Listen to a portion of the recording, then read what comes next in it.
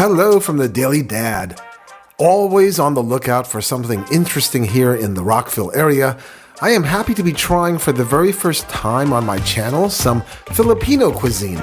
Now, there are several well-regarded Filipino restaurants in Montgomery County, although this one is in the same commercial complex where I go for my weekly grocery run. So here I am today. Before we talk about my experience here, let me set the table with these tidbits. Kuya in the national Tagalog tongue is a term of respect and translates into big brother. In the Chinese culture, the equivalent term of respect would be da ge, da meaning big and ge meaning older brother. Americans don't really have these terms because, well, maybe it's a cultural thing. I'd feel more respect in any case if those younger around me addressed me as daga instead of bro or dude or cuz, but I digress.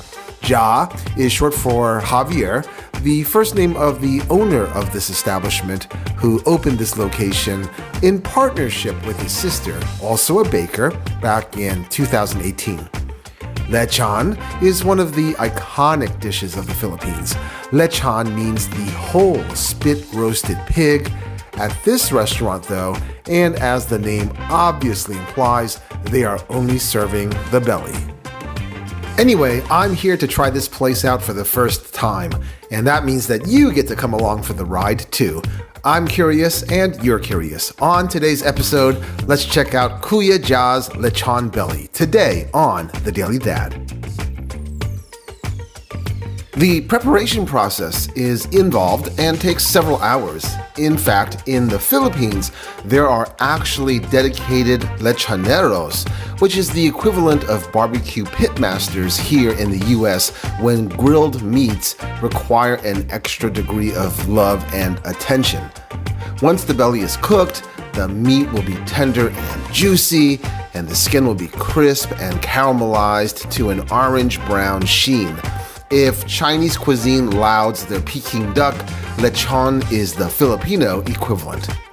And as to what gives the belly meat its amazing flavor, salt and pepper, lots of garlic and lemongrass, onions and bay leaves, soy sauce, and scallions. Sounds delicious.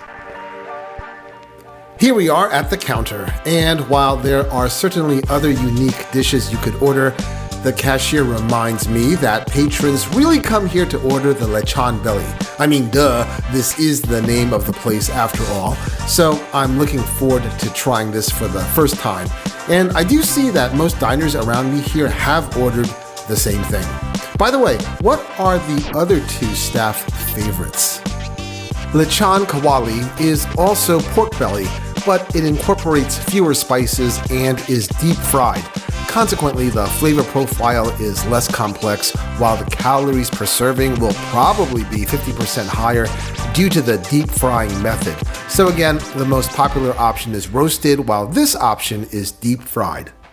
The third option, and this is the pak siu, is a stew made from leftover lechon, spices, sugar in a vinegar-based broth. I'm sure it probably tastes better than how I've just described it, maybe? But let's focus on the cashier's recommendation. And voila! Here it is, and it looks really, really good. What are we looking at? We've got an ample serving of the lechon belly.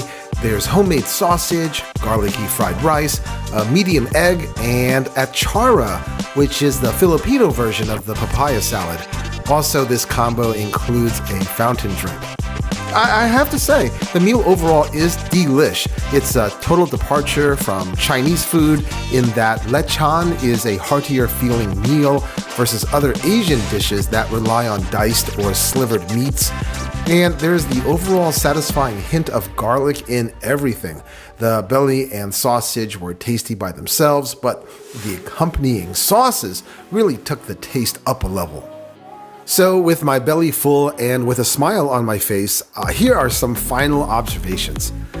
Achara is mellower than its Thai counterpart and thankfully does not have that startling tanginess, so the achara gave this meal a nice smooth finish.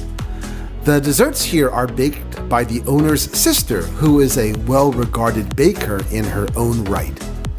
While I very much liked the belly, for me the skin was overly crispy and without much flavor. I don't want to sound mean, and I hope that this was just a fluke, but when I tried to chew the skin, it had the texture and flavor of a plastic spoon. Maybe the moisture settings weren't accurate with this batch of belly, so I did not eat any of the skin, which I think is supposed to be one of the high points of this dish. But the belly itself was moist and flavorful, and in every other way, lived up to the hype. To break up the garlicky overload, I wished that the fried rice contained some bits of chopped green chilies.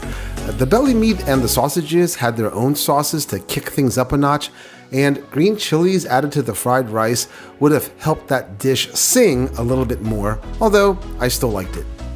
I liked today's experience. Filipino cuisine does tend to fly under the radar, and it quickly loses visibility to the array of Chinese, Japanese, and Vietnamese restaurants that dominate our area. But you will be pleasantly surprised by how good this is, and you'll wonder why you didn't try lechon sooner. Well, wait no longer. Kuya Ja is waiting for you.